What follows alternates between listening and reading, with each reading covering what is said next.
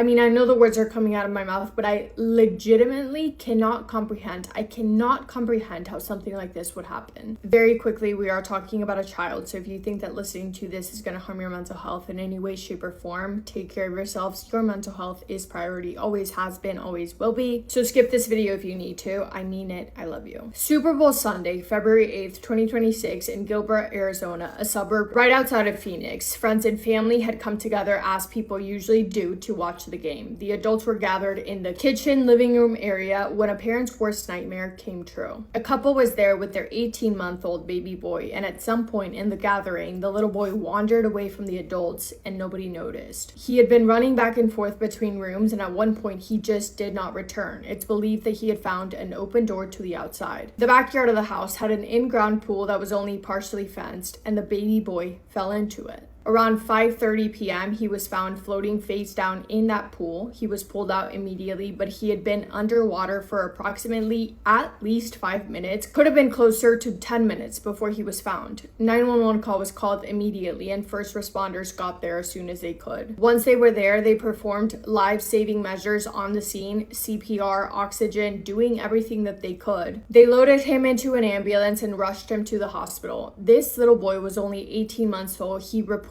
weighed around 25 pounds. By the time that he was found in the water, he was cold to the touch and he was unresponsive. The hours that followed would be the hardest and most desperate, not only for that little boy, but for his loved ones, and it would be extremely consequential for several people's careers. At the hospital, doctors surrounded him and police officers were also present. One of the doctors attending to the 18-month-old was Dr. Arian Tusi. State board records show that he completed his emergency medicine residency in 2022, and he holds a physician license that was issued in 2023 and then renewed in 2026. So they're treating him, trying to get him to come back to them, when one of the officers present hears a nurse say, quote, "I have a pulse." That officer then walks over to Dr. Tusi, who was talking to the boy's parents, and he informed him of what the nurse said. According to the police report, Dr. Arian Tusi then told the officer, quote, "Please do your thing and let me do my thing. I went to medical school for a reason." Dr. Tusi then walked back into the room where they were performing life-saving measures, and allegedly he told them to stop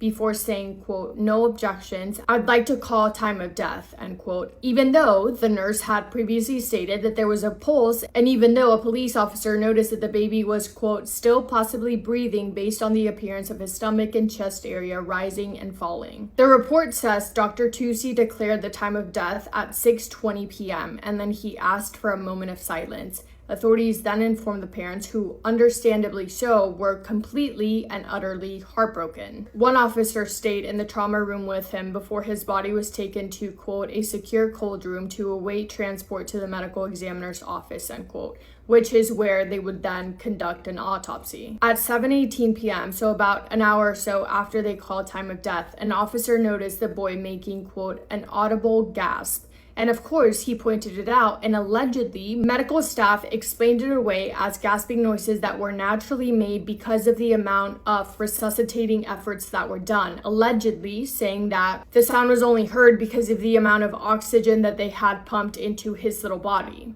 The hospital's cold room has been described to be the facility's morgue, and his parents were then sent home without their baby. But then, just before midnight, his parents received the phone call that nobody ever expected, because the medical examiner had detected a very faint heartbeat. The little boy was still alive, fighting for his life. I have goosebumps. Fighting for his life, and he was immediately airlifted to the Phoenix Children's Hospital. At the hospital, the fight for his life continued because, understandably so, his condition was incredibly critical. His kidneys, lungs, and liver had begun shutting down. An initial MRI identified 2 small areas of potential brain damage, but he fought hard, and eventually, in what the family has described as nothing short of miraculous, later testing found absolutely no brain damage. Now, of course, his little body and his organs specifically were under so much stress that it took a lot to get him back into a state in which he would then be able to be released from the hospital. But I am so happy to say that he got there. He was released from the hospital, and he is alive, and he is back at home. He continues to require extensive therapy, ongoing medical monitoring, and treatment as he recovers from the neurological and physical effects of everything that he went through